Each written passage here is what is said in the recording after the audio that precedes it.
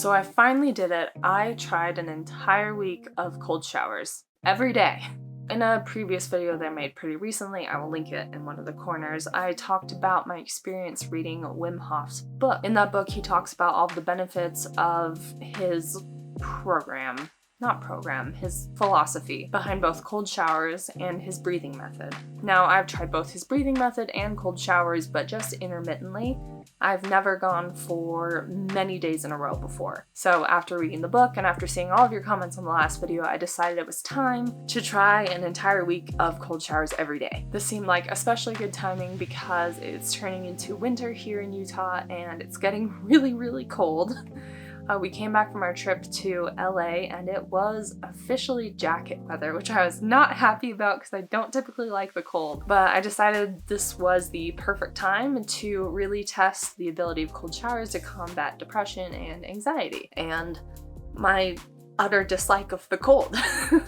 With all the benefits, it made sense to do, so I decided to do 5 days in a row of cold showers. Now, I decided to do it a little bit differently. At least with me, I'm a girl who likes to wash their hair in cold water. So what I did is I started out with my normal warm shower where I would wash my hair and like get everything done that I need to get done. And then at the end, I would turn it to cold. In Wim Hof's book, you're not supposed to do the breathing techniques. You're just supposed to sit in the cold water.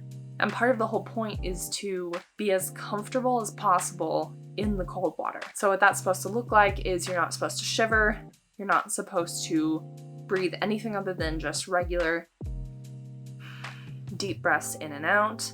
And you're just supposed to stay in the cold water for as long as you can until you start to shiver. Because the whole point isn't to stay in as long as you absolutely can, it's to stay in as long as your body will let you. Your body will get more and more used to the cold over time. So I definitely found that to be true.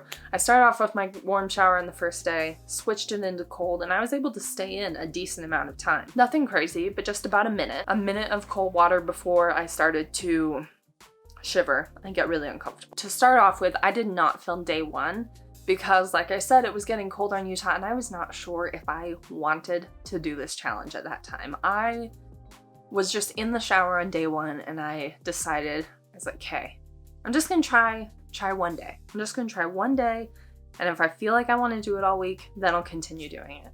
And I did it, and I was able to stay in a surprising amount of time, and afterward I felt more energetic and I felt a little better. So I decided to start doing the challenge because this was a challenge I had planned, and went on with day two. It's day two of cold showers every day. I did not film day one because I wasn't sure I wanted to do this week because it's just barely getting cold in Utah and I hate the cold so much.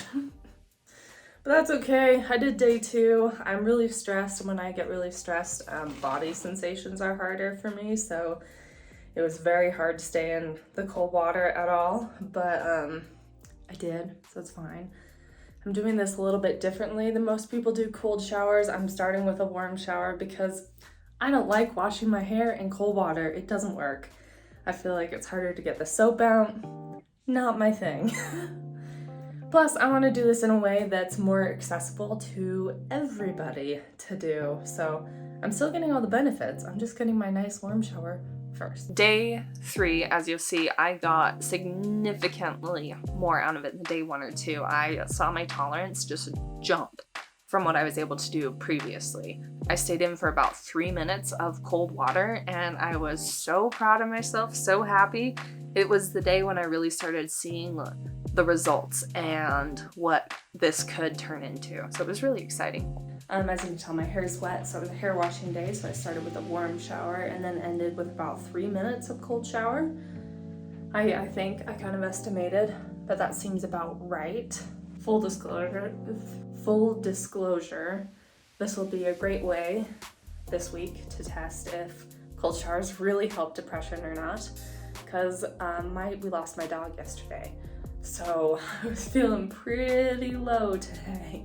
Kind of trying to keep the best face I can for the video, but I do feel a little more energetic after the cold shower. Not like a crazy shift by any means, but I've got a little bit more energy than I did before. So see you tomorrow. Today's day 4. I have probably never wanted to take a cold shower less in my life. I'm just not up for uncomfortable things today. I'm exhausted, so I guess we'll see how this goes. Day 4, as you can see, I was really struggling. I did not want to do this. It was one of those days where you wake up and you're just exhausted, and no amount of perking up will give you your energy back. This was really the time to put whether or not cold showers help depression to the test. Okay, I did it. I feel better. I think I feel better because I chose to be disciplined and chose to make myself do it. Better because of a sense of accomplishment, but I think that's just because I'm so just extremely tired. But I'm gonna try and switch that energy a little bit and try and trick myself into being more alert, which, I mean, cold water does do that. You do get more alert, so. So day 5, I was definitely getting sick. A little bit, at least. It must have been because I wasn't feeling the effects as much. And it definitely wasn't sick because of the cold showers or anything, because my partner got sick also. So trying to remove that from the equation as much as possible, I want to share some takeaways. I think there's a lot of joy that comes out of completing something that you put your mind to, and especially if that thing is uncomfortable in any way, which cold showers are uncomfortable. So I think at the end of the day, I was most proud of myself for staying in something uncomfortable. And I know that there are a lot of physiological things that make cold showers really good, but the thing that I confirmed this week that's always stood out the most for me is my ability to train my mind to handle stressful situations. And I see it translate into my life every day. Staying in the cold water when I really don't want to, I learn to quiet my mind and to relax and just sit in being uncomfortable. And that translates into my life, like when I'm staying in a really long line at the grocery store that I don't want to be in, or when I am sitting in the car with people who are being loud or annoying, or on a plane with a baby crying, or even when I'm doing my morning workout and I feel like my legs are gonna fall off. It's really valuable to me to learn to sit in that stressful situation and learn to accept it and learn to acclimatize to it, instead of letting it just completely take you over. So I actually think this is the best lesson for dealing with anxiety. So yeah, that's my experience doing cold showers for 5 days. We'll definitely be doing it again. Probably not for this length of time. Maybe I'll do a 30 days like I was talking about before, but I'm definitely going to be, until then, ending most of my showers with a little bit of cold at the end, because like I said, I think I get a lot out of it, not just physically, but really mentally. Anyway, if you like this video and you want to see more like it, like the video to show that you liked it, and then subscribe to my channel. We're going to be doing a lot more stuff like this, and I'm really excited how it's going. Everyone who saw the last Wim Hof video, thanks for watching, and that was awesome. Keep watching, and I'll see you in the next video.